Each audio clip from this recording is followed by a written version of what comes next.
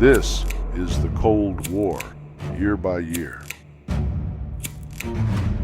An exploration of America's longest conflict. Chapter 3, 1947.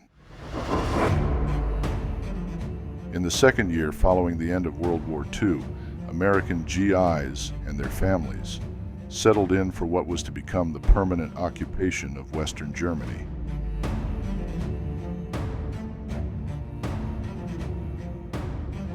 Their presence was synonymous with the larger geopolitical events that were taking place in the United States, the Soviet Union, and the wider world.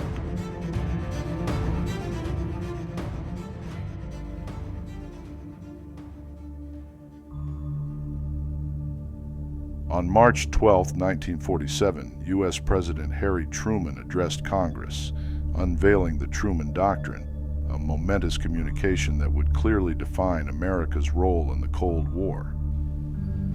The seeds of totalitarian regimes are nurtured by misery and war. They spread and grow in the evil soil of poverty and strife. They reach their full growth when the hope of a people for a better life has died. We must keep that hope alive.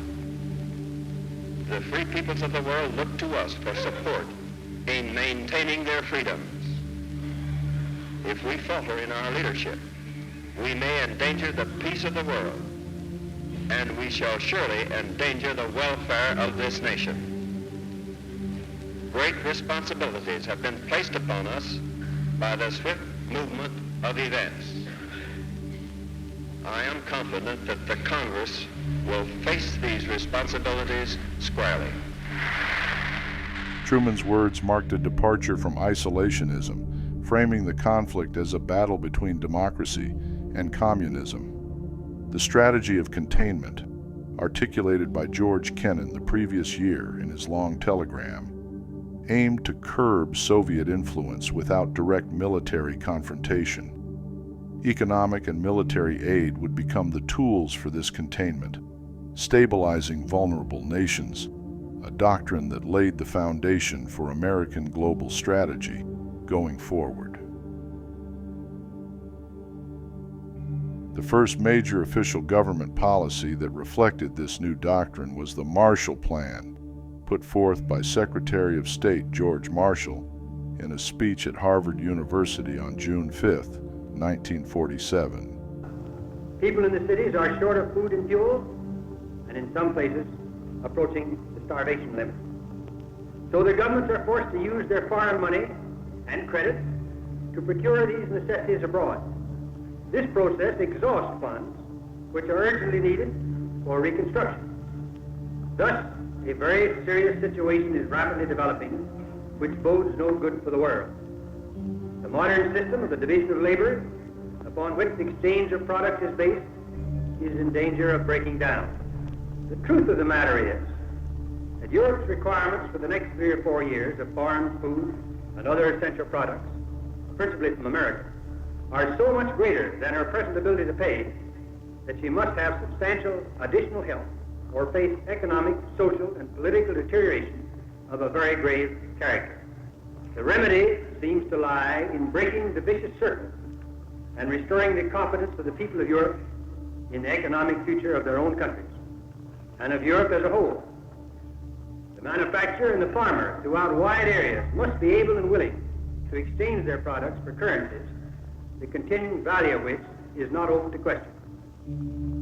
Aside from the demoralizing effect on the world at large and the possibilities of disturbances arising as a result of the desperation of the people concerned, the consequences to the economy of the United States should be apparent to all.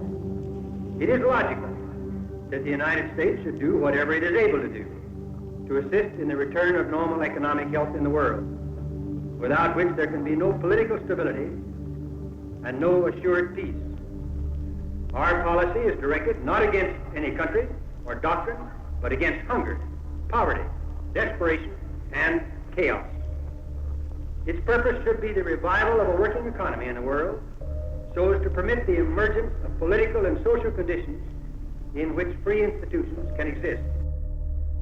This initiative, designed to halt the spread of communism by breathing life into the economies of Western Europe with a financial injection of over $12 billion, firmly established American influence in the region.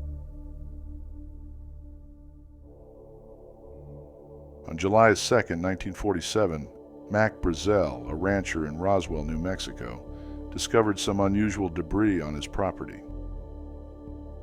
The military was alerted.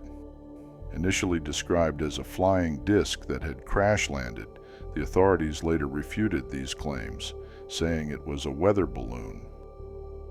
Given the escalating tensions between the United States and the Soviet Union, there was some speculation that the wreckage might be that of a Soviet spy craft. This event, dubbed the Roswell Incident, eventually contributed to rampant conjecture regarding the potential existence of an extraterrestrial spacecraft, a UFO. It has become one of popular culture's most enduring mysteries. The incident only served to stoke the general air of suspicion and secrecy that defined the times.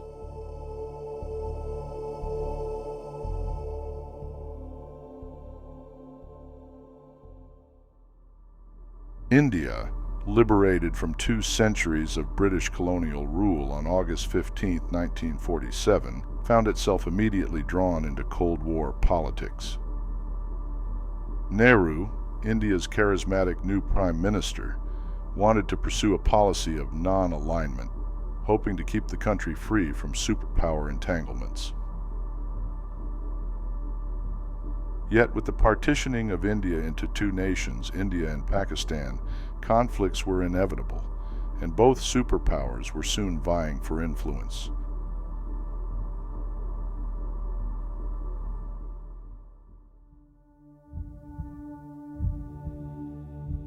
Simultaneously, the Chinese Civil War intensified in 1947 between the nationalists and the communists. Despite U.S. support, the nationalists struggled against the ideologically cohesive communists, setting the stage for significant gains by the latter and foreshadowing the communist victory in 1949.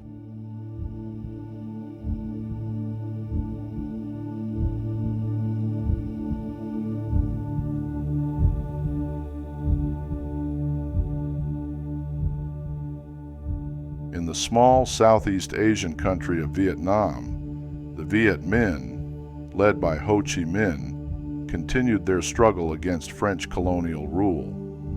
1947 saw an escalation in hostilities, marking the beginning of the First Indochina War.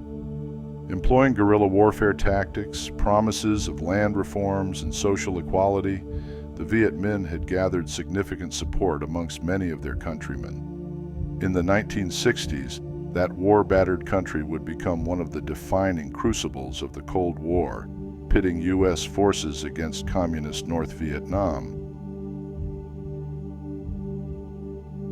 The Central Intelligence Agency, the CIA, was officially established on September 18, 1947, with the signing of the National Security Act by President Truman.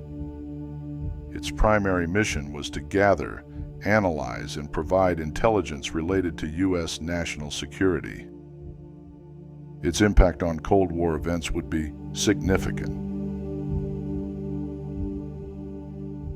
Later that September, Joseph Stalin addressed a conference of communist parties from across Europe being held in Poland.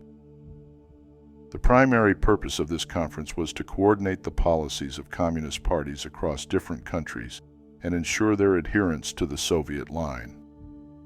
Denouncing the Marshall Plan, Stalin urged resistance and solidarity among communist movements, deepening the ideological divide between the East and the West and sharply escalating the Cold War. Coming next, the Soviets blockade West Berlin. There's a coup in Czechoslovakia. And in the Middle East, the nation of Israel is founded. Those events and more, next time on The Cold War, Year by Year.